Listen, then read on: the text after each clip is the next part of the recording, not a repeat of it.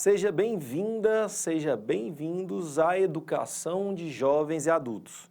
Você está dentro da aula de Ciências da Natureza, onde estamos estudando um objeto de conhecimento muito importante, que é a preservação dos ecossistemas, do meio ambiente. Falamos na aula anterior das unidades de conservação.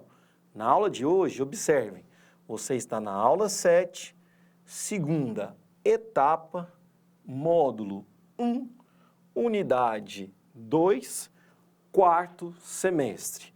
Dentro, então, de uma imagem muito importante que observamos na aula anterior, nós vimos aqui um exemplo de uma savana africana. Savana africana é essa que tem fatores bióticos e fatores abióticos. Animais como, por exemplo, o elefante, a zebra e a girafa são considerados fatores bióticos, enquanto o ar, o vento você também poderia chamar, a água e o solo nós poderíamos enquadrar aí nos fatores abióticos. Então eu tenho aí a constituição de dois fatores importantes dentro de um ecossistema.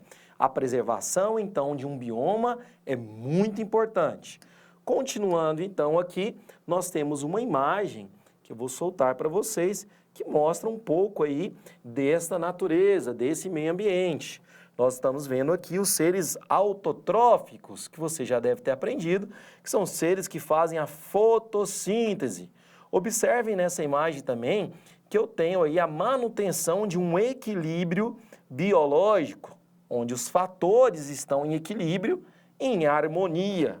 Mesmo que eu tivesse aqui, por exemplo, a presença de um ser vivo, se esse ser vivo não prejudicar o meio, ele garante também ali algo que eu denomino de ecossistema sustentável, onde iremos usar os recursos, mas de maneira adequada, preservando para as próximas gerações.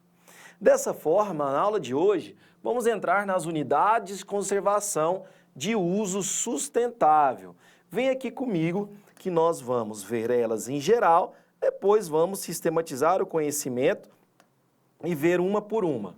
Nós temos aqui as áreas de relevante interesse ecológico, nós também temos as áreas de proteção ambiental, nós temos as florestas nacionais, nós vamos todos estudar as unidades de conservação em relação ao Brasil, ok? As reservas de desenvolvimento sustentável, as reservas de fauna, as reservas particulares do patrimônio natural e as reservas extrativistas. Diferentes da aula anterior, estas são as unidades de conservação de uso sustentável, ok? Anotem, é importante. Mas mapas mentais em geral, como este que está aparecendo aí na sua tela, são importantes também nesse processo do seu aprendizado. Vários alunos utilizam os mapas mentais como forma, uma ferramenta aí de aprendizado. Se eu avançar aqui no meu slide, eu vou lembrar também a vocês algo muito importante. Os biomas do planeta Terra, bem como os biomas do Brasil, precisam já estar inseridos aí no seu conteúdo do seu dia a dia. E principalmente no caso dos estudantes de Goiás, o Cerrado. Então, o Cerrado, esse bioma de extrema importância, não pode faltar nos seus estudos. Outros alunos aí espalhados pelo Brasil, como os alunos aí de São Paulo, Rio de Janeiro, têm outros biomas. No caso das cidades que eu falei aqui para vocês, seriam a Mata Atlântica. Perfeito? Olha só, então, nós temos agora as unidades de conservação aparecendo de forma de texto. Não se preocupem que agora eu vou aumentar esse texto aqui para vocês. Conforme lá o mapa mental, eu também tenho as áreas de proteção ambiental, as áreas de relevante interesse ecológico, as florestas nacionais, eu também tenho as reservas extrativistas, as reservas de fauna, reserva de desenvolvimento sustentável e reservas particulares do patrimônio. Para que fique mais fácil de você estudar, nós vamos também trabalhar com imagens. Imagens essas que remetem aí às unidades de conservação, perfeito? Eu vou colocar também uma legenda embaixo para que você facilite aí o processo de identificação dessas unidades de conservação. Conforme a gente consegue ver aqui, eu tenho uma área de preservação permanente dentro dessa unidade de conservação. Observem a riqueza que eu tenho, por exemplo, dessa imagem, de uma flora gigantesca, mas eu também tenho recursos hídricos aqui aparecendo, como o caso aí da água que você consegue ver na imagem. Observem essa outra imagem aí que está aparecendo para vocês, e agora ela em movimento, eu consigo ver que a natureza é dinâmica. Por mais que algumas imagens estejam aí no nosso vídeo estática, essa já está em movimento, mostrando aí o curso da água, né? Então, tudo aí é dinâmico, bem como todos os animais, fungos, bactérias e outros micro-organismos que estão presentes. Pois bem, na área de proteção ambiental, nós vamos agora aprender cada uma delas em um resumo mais sucinto para que você possa aí mais facilmente desenvolver o seu conhecimento junto com o professor aqui, ok? Então, áreas de proteção ambiental podem ser classificadas como uma área ampla, pública ou privada, detalhe importante para essas duas palavrinhas, que apresenta importantes recursos naturais, bem como a gente viu aí nas imagens.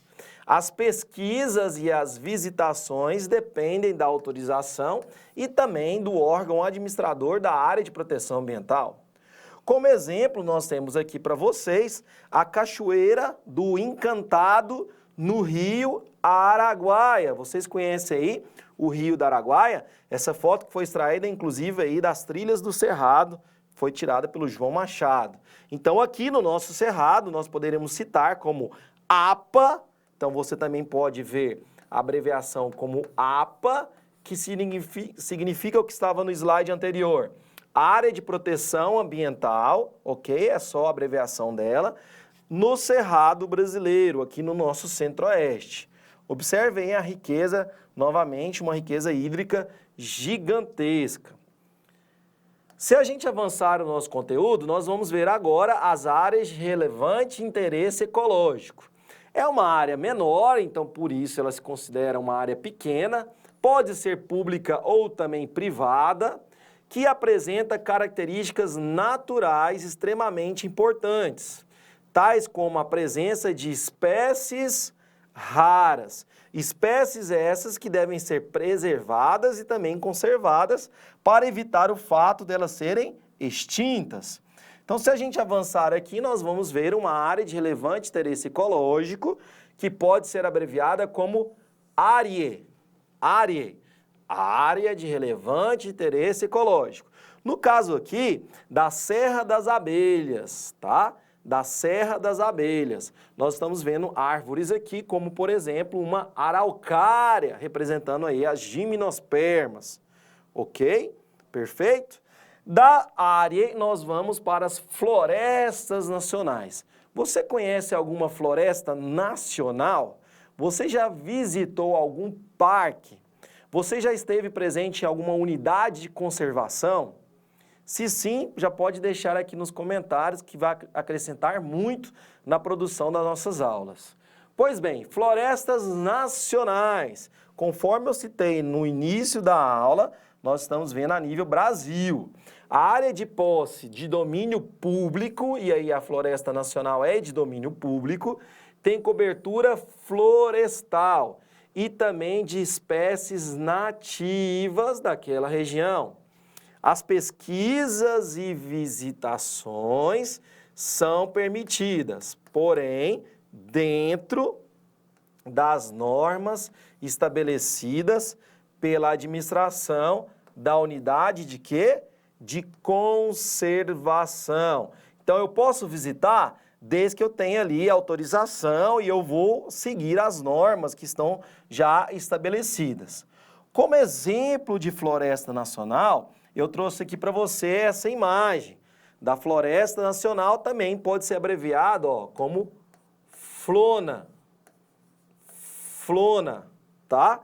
É um conjunto de conservação e, no caso aqui, com uma cobertura florestal gigantesca, de espécies muito aí importantes e são nativas. E eu posso utilizar e fazer o desenvolvimento sustentável nessa região, com ênfase em métodos aí para preservar e conservar as espécies. Outro exemplo aqui que a gente trouxe para vocês é a Floresta Nacional do Rio Preto. Para você se localizar aí, eu trouxe um mapa extraído aí da internet para você ver que ela fica nesta região aí do Brasil, tá? Esses dados, como por exemplo, tamanho de área, criação, números aí de visitantes, não são obrigados que você decore. Normalmente, para você, por exemplo, responder uma questão, ela vai estar aí no corpo da questão. Não vai cair uma questão aí do seu ensino fundamental pedindo o tamanho da área que você saiba, inclusive, a data que ela foi criada. Não é assim que funciona. A gente vai, inclusive, ver na nossa última aula aí do 4º semestre alguns exercícios para você ir treinando aí para fazer a sua avaliação, ok? Da Floresta Nacional, nós vamos para reservas extrativistas. O próprio nome também nos ajuda a entender um pouco. Acompanha comigo aí no quadro virtual. A área, que é o quê? Concedida, ela é concedida, ou seja, ela é doada às populações que realizam atividades extrativistas tradicionais. As pesquisas e visitações são permitidas dentro das normas, de novo, estabelecidas pela administração da unidade de conservação. Vou reforçar aqui que vários dos nossos alunos podem viver, por exemplo, em uma reserva extrativista. Então, é uma área concedida às populações que realizam as atividades extrativistas tradicionais. Bem, como exemplo dessa área, eu trouxe aqui a maior reserva extrativista do Brasil. Como você está vendo aí na legenda, ela fica em Porto de Mós, Pará. Porto de Mós, no Pará. É a maior reserva extrativista do Brasil, onde as pessoas têm essa área doada, né, cedida aí, e podem utilizar os recursos desde que seja de maneira consciente e sustentável, tá? Então eu não posso chegar lá e resolver extrair essa quantidade de madeira só para vender e ganhar dinheiro em cima disso aí, não. Consegue observar a quantidade de unidades de conservação que nós temos de uso sustentável? Perfeito? Dessa, então, reserva extrativista, nós vamos para a reserva de fauna. Acompanha comigo aí. Área de posse e domínio público com fauna nativa. Então, vou dar ênfase aqui, no caso, aos animais, perfeito?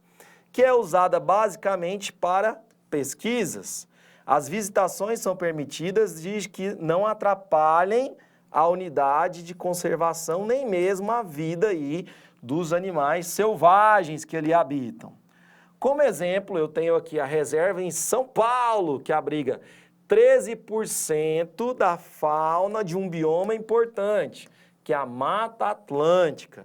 Aí nós temos até a imagem aí desse mamífero, desse felino aparecendo aí na nossa Mata Atlântica, que é uma reserva de fauna que está localizada aí em São Paulo, perfeito? A próxima que a gente tem aí é a Reserva de Desenvolvimento Sustentável, que é uma área de domínio público, onde existem várias populações tradicionais, isso aqui é bem importante, que vivem de forma e da exploração com o uso sustentável do local, como o próprio nome já nos ajuda. Nós temos a reserva do Iratapuru, que está atentada com o mundo, antenada com o mundo, tá? Que está antenada com o mundo. E essa reserva aqui, desenvolvimento sustentável, é uma área considerada de altíssima para a preservação. Ela está localizada no estado do Amapá. Dessa unidade de conservação que vocês estão vendo aí, né, que é o desenvolvimento sustentável, nós passamos para a próxima, Reserva Particular do Patrimônio Natural. É uma área privada que possui como objetivo principal preservar toda a biodiversidade. Como exemplo da imagem, nós temos aqui a Reserva Particular do Patrimônio Natural Estadual, que fica localizado, no caso aqui, do Rio Grande do Sul. Perfeito? A próxima unidade de conservação, depois da Unidade Particular do Patrimônio, que está aí aparecendo para você, que é a Estação Veracel, vai ser qual, professor? Nenhuma. A gente fecha, então, todas elas. Vamos revisar aqui para vocês verem? Vou voltar no meu primeiro slide para vocês anotarem a quantidade de unidades de conservação de uso sustentável. Que ficou bem bacana no nosso mapa mental aqui, ó. Pronto, aqui, professor. Então, são quantas, professor? 1, 2, 3, 4, 5, 6, 7 unidades de conservação de uso sustentável. Espero vocês, então, na nossa próxima aula, onde vamos fazer uma revisão geral de tudo que vocês já estudaram aqui dentro da educação de jovens e adultos e também apresentar algumas questões para que vocês possam tentar responder aí para facilitar o processo de aprendizagem. Um grande abraço para vocês do professor de Ciência da Natureza. Espero vocês na nossa próxima aula. Até mais, valeu!